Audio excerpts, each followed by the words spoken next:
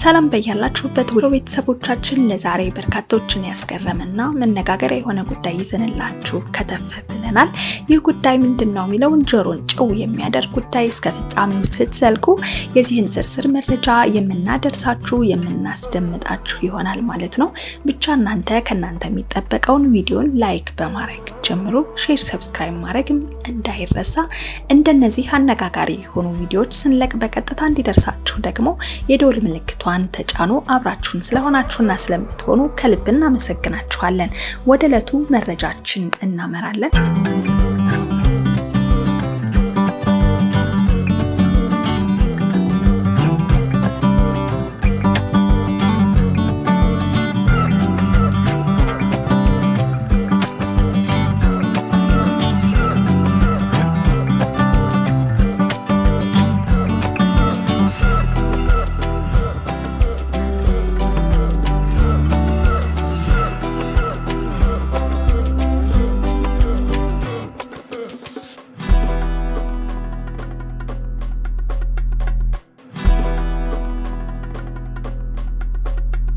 ኢንቨስትመንት፣ ቅንጦት፣ የኢኮኖሚ ዋስትናና ምርጥ ቦታ፣ ይህን ሁሉ በአንድ ላይ የያዘ ድንቅ ፕሮጀክት ቴምር ፕሮፐርቲስ በተደጋጋሚ የደንበኞች ጥያቄ መሰረት በሳር ቤት አዳምስ አጠገብ በተለያዩ የካሬ አማራጮች ከባለ 1 እስከ ባለ 3 ቅንጡና ዘመናዊ መኖሪያ ቤቶችን በ20% ቅድመ ክፍያ ቀሪውን 80% ደግሞ በግንባታ ሂደት በምቹ ያከፋፈል ሲስተም ይዞላችሁ ቀርቧል። ሁልጊዜም ቀድሞ የመጣ ቀድሞ ይስተናግዳል። የዚህ ዕድል ተጠቃሚ ለመሆን ከታች ባለው ስልክ ይደውልልን። ቴምር ፕሮፐርቲስ የህልሙ ማረፊያ። ለበርካታ ዓመታት አጋፋሪ ሆኖ ኢቢኤስ ቲቪ ሰራ የነበረው ጨዋታው ለዛውና ለየት ባለ አቀራረቡ የሚታወቀው ዮናስ ከበደ ኢቢኤስ ለቋል የሚሉ ወሬዎች በበርካቶች ሶሻል ሚዲያዎች ዘንድ እየተወራ ይገኛል። ኑሮን ወደ አሜሪካ ለማድረግ ሻንጣውን ጠቅሎ አሜሪካ ገብቷል።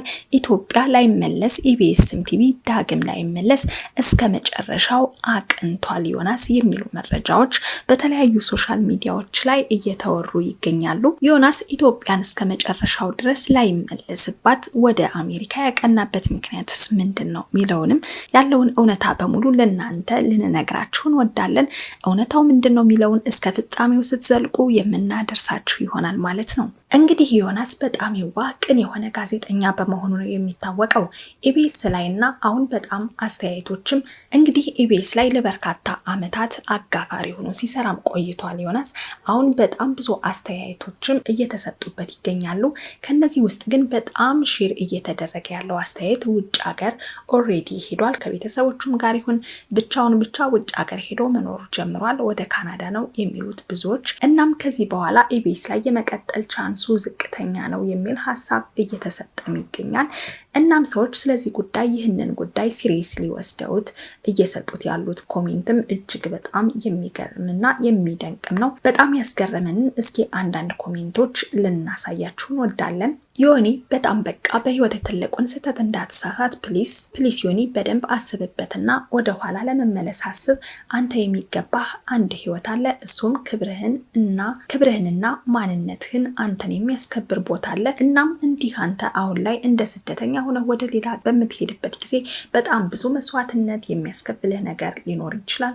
አንተንም ጭምር ለመስዋዕትነት መዳረግ ይሆናል እና ይሄንን ነገር ላንተ አልመኝም። አንተን ያገኘሁት በጣም ጥቂት ጊዜያት ቢሆንም በበጎ ስራው ፕሮግራም ቢሆንም አንተን ሳይሆን ኢነርጂህን ያለህን ስነ ምግባር ሳይ ነበርና አንተ ከዚህ በኋላ ብዙ የሚጠበቅብህ ነገር አለ። እንዳገርም ብዙ ነገር እንጠብቅብሃለን። በአንተ በጣም እተማመናለሁ። አንተ በጣም ሚኒንግፉል የሆነ ትርጉም ያለው ክሬተር ነህ። ክሬት ማድረግ እንደምትችል ባለህበት ሆነ ያንን ሁሉ ነገር ማድረግ እንደምትችል በደንብ አምናለሁ። እናም እንዲህ ይሄንን ነገር በደንብ አስብበት የሚል ሐሳብ ኮሜንት ላይ ተጽፎ ተመልክቻለሁ። እንግዲህ እዚህ ጋር የምንረዳው ነገር ምንድነው?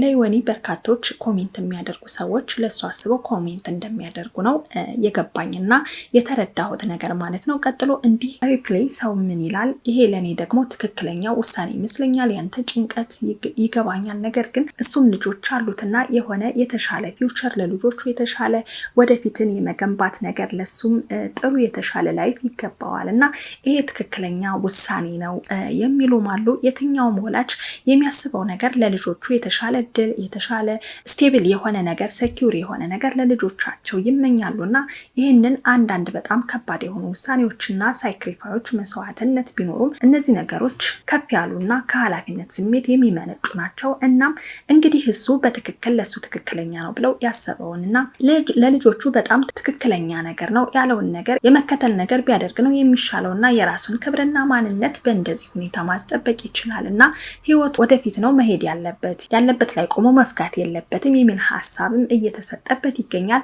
ይሄ ነገር በትክክል እውነት ነው ወይስ አይደለም? ወደ ውጭ ሀገር ሄዷል? መኖርስ ጀምሯል ወይ? ሻንጣውን ጠቅልሎ እንደተባለው እዛ መኖር ጀምሯል ወይስ አልጀመረም? ከኢቢኤስም ለቋል የሚለውን ነገር እስካሁን ባይዘወይ ምንም የተረጋገጠ ነገር የለም። ነገር ግን ሰዎች ለሱ ምን ያክል እንደሚያስቡ እንደሚጨነቁና በበርካቶች ልብ ዘንድ እንደታተመ የሚያሳይ ነገር ነው ማለት ነው። እንግዲህ ዮኒ ቤተሰብ የሚያገናኝበት ፕሮግራም ይሄም አሁን የቤተሰብ ማገናኘት ፕሮግራም በዋነኛነት ዮናስን የምናውቅበት ፕሮግራም ነው። ሰው አሁን እዚህ ላይ እሱ አልተገኘም ማለት ነው። እንደውም ከዚህ በፊት እሱ በሰራው ፕሮግራም ላይ የመጡ ሰዎች አሁን ፕሮግራም ላይ የመጡ ሰዎች አሁን አፕዴት አዳዲስ ነገር ይዘው ሲመጡ ከታሪካቸው ጋር በተያያዘ ድጋሚ ሲመጡ ራሱ ነበር የሚያገኛቸውና አሁን እሱ እዚህ ፕሮግራም ላይ ያለመገኘቱ ብዙዎችን አስቀይሟል። የፕሮግራሙ የኢቢኤስ ድምቀት የሆነው ዮናስ የት ሄደ እያሉ ብዙዎች እየጠየቁም ይገኛሉ። እንግዲህ በዚህ ጉዳይ ላይም ኢቢኤስ ዝም ነው ያለው። ምንም የሰጠው ምላሽ የለም። ሰርፕራይዝ ብሎ እንግዲህ ሊመጣ ይችላል። ኢቢኤስም አይታወቅም። ከዚህ በፊት እንግዲህ ያ ሁሉ የተወሩ ነገሮችም ሐሰት ናቸው የሚል ነገር ይዞ ለሚወዳቸው ለተመልካቾቹ ለኦዲየንስ ሊመጣ ይችላል፣ አይታወቅም። ነገር ግን ይሄ ነገር እውነት የሚሆን ከሆነ ጋዜጠኛ ዮናስን እኛ አሁንም ማየት መቀጠል አለብን ብዬ አስባለሁ። እሱም ደግሞ በሌላም ፕሮግራም ቢሆን በየትኛውም በራሱ በግሉ ቢሆን መምጣት አለበት ብዬ አስባለሁ። እንደ ሀሳብ ማለት ነው። እናም እናንተ ውድ ቤተሰቦች በጣም ከተከበሩ ጋዜጠኞች ውስጥ አንዱ ነው። ጥሩ ነው። ብራንድ ፐርሰናል ብራንዱ በራሱ ጥሩ ነው። ብዙ ነገር ማለት ስለ ዮኒ ማለት ይቻላል። የሚያምኑት የሚወዱት ሰዎች በጣም ብዙ ናቸው። የቲቪ ቻናሎችን በሚመለከት አሁን የተለያዩ የቲቪ ቻናሎችን በጣም ኢትዮጵያ ውስጥ ጋዜጠኞችን ለማሰባሰብ እና የተለያዩ ኦፈሮችን በማቅረብ ያው የተለያዩ ፉክክር እያደረጉም ይገኛል። ከነዚህ ውስጥ በዋነኛነት እሁድን ኢቢኤስ እና አባይ ቴሌቪዥን ናቸው። አሁን ቻናል 1 ቴሌቪዥንም ይህንን የፉክክር ሜዳ በይፋ ለመቀላቀል በጣም ጥረት እያደረገ ይገኛልና ለሶሻል ሚዲያ የሚሆኑ የተለያዩ ቪዲዮዎችን ፕራንኮችን ምናምን እየሰሩ በደንብ ሶሻል ሚዲያ ላይ ተደራሽ ለመሆን እየሞከሩ እንደሆነም የምንመለከተው ይሆናል። ታዲያም ኢቢኤስ ለረጅም ዓመታት አጋፋሪ ሆኖ የቀጠለ ግንባር ቀደም የሆነ ቴሌቪዥን ጣቢያ ነው። ሆኖም ግን ከቅርብ ጊዜያት ወዲህ ያው ሰራተኞችን በደንብ መያዝ እየቻለ አይደለም የሚሉ በርካታ ቅሬታዎች እየተገኙበት ይገኛሉ። በርካታ ጋዜጠኞችም ኢቢኤስን ጥለው ወደ ሌሎች ወደ ቻናል 1 እና ወደ ኢቢኤስ እየኮበለሉ ይገኛሉ። ከዚህ ግን ደግሞ ለየት ያደረገው ነገር ዮናስ ከበደ እንግዲህ ወደ ካናዳ ጠቅሎ ገብቷል የሚሉ ወሬዎች እየወጡ ነው ማለት ነው። በርካቶችም ሀሳባቸውን በዚህም እየሰጡ ያው ይገኛሉ። ካሁን በኋላ ኢቢኤስ ዮናስን ካጣ ጭራሽ እንዳንድ የቴሌቪዥን ጣቢያ ሊቆጠር አይችልም። ትልቅ ግርማ ሞገሱ ዮናስ ነበረ እያሉ ይገኛሉ። ለኢቢኤስ ትልቅ ግርማ ሞገሱ ለኢቢኤስ ዮናስ ነበረ። ስለዚህ ዮናስን ካጣ እጅግ በጣም ከባድ ነው የሚሆን ካሁን በኋላ ፕሮግራሙን ለማስቀጠል እጅግ በጣም ይከብደዋል። ዮናስ ከበደ ለኢቢኤስ በጣም ትልቅ ግብአት ነበረ፣ ትልቅ ፈጣሪ ክሬተር ነበረ።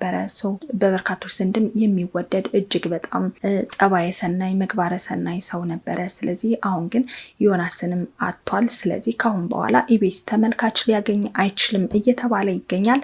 እውነት ዮናስ ከበደ ወደ ካናዳ ላይ መለስ ነው ወይ የሄደው የሚለውን ያው በቅርቡ ይህንን መረጃ አጣርተን ወደ እናንተ ውድ ቤተሰቦቻችን የምናደርሳችሁ ይሆናል። ከዛ በፊት ግን ቻናል 1 እና አባይ ቲቪ ጠቀም ያለ ክፍያም እንዳቀረቡለት ተሰምቷል። ቻናል 1 እንግዲህ እንደሚታወቀው በቅርብ የመጣ ቻናል ነውና አባይ ቲቪ እና እንዲሁም ደግሞ ኢቢኤስ ቴሌቪዥንን በከባድ ፉክክር ውስጥ እየተፎካከረ ያለ ቻናል ነው። እናም ዮናስን እንግዲህ የኢቢኤስ አጋፋሪ የሆነውን ጋዜጠኛ ሊወስድባቸውም እየተንደረደረ መሆኑ ታውቋል።